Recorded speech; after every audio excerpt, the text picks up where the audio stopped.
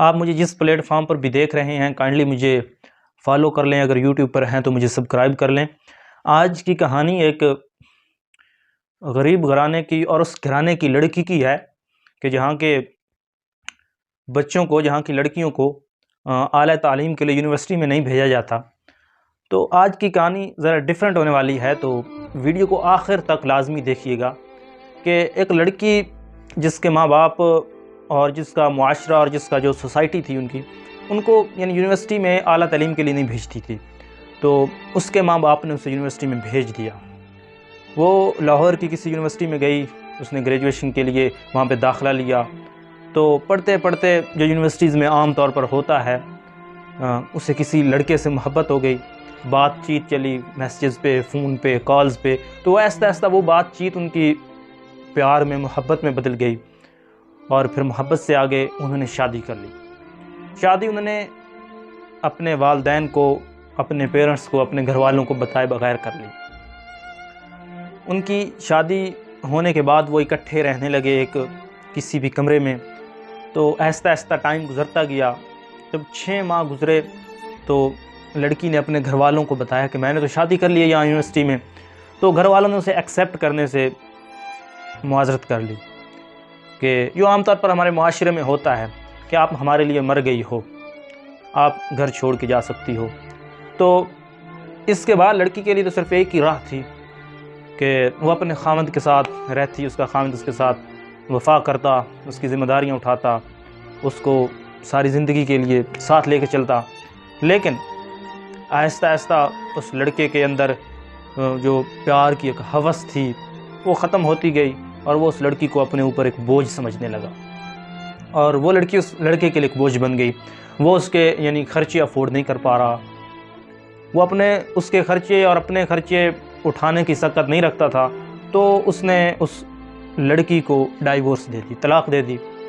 تو اس طرح غریب گھرانے کی لڑکی برباد ہو گئی۔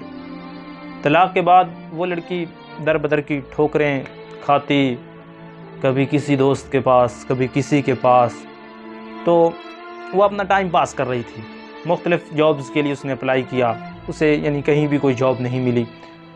تو کئی دن اس نے فاقے کاٹے کہ سرمایہ نہیں تھا، کھانا کھانے کے لیے پیسے نہیں تھے، گھر والوں نے قبول کرنے سے انکار کر دیا، جس کو اپنی زندگی کا محور سمجھا تھا، جس کو اپنی زندگی کا محبوب ترین شخص سمجھا تھا، وہ بھی استعمال کر کے چھوڑ گیا۔ تو زندگی ایک مشکل اور اذیت ناک بن گئی۔ اس لڑکی نے بڑی جد و جہد کی، اسے کہیں جاب نہ ملی۔ تو ایک دن اسے ایک دوست نے کہا کہ میرے پاس ایک جاب ہے، آپ میرے ساتھ چلیے گا شام کو، تو میں آپ کو وہاں پہ جاب دلواتی ہوں۔ تو وہ اس کو شام کو لے گئی اس جاب کے لیے، اور وہ جاب کس چیز کی تھی؟ وہ جاب تھی جسم فروشی کی۔ وہ بھی ہاسٹل کی لڑکی تھی، اس کی کلاس میٹ تھی یا اس کی روم میٹ تھی، وہ اس کو لے کے گئی کہ میرے پاس یہ جاب ہے۔ تو میں اس کہانی کے جو سنانے کا مقصد ہے نا، اس معاشرے کی جو دردناک اذیت اور دکھتی رگ ہے، اس کو بیان کرنا ہے کہ کسی سے محبت ہو جانا کوئی جرم نہیں ہے، محبت کرنا یا محبت ہو جانا کوئی غلط بات نہیں ہے، لیکن اس محبت کو لے کے چلنا، اس محبت کو نبھانا، یہ تمہارے اپنے اختیار میں ہے۔ اس کے 2 راستے ہیں۔ انسان کے یہ اختیار میں نہیں ہے، کسی سے محبت ہو جاتی ہے، فطری چیز ہے، لیکن اس کو لے کے چلنا، ایک ہینڈل کرنا ایک پراپر وے سے، وہ انسان کے اختیار میں ہے۔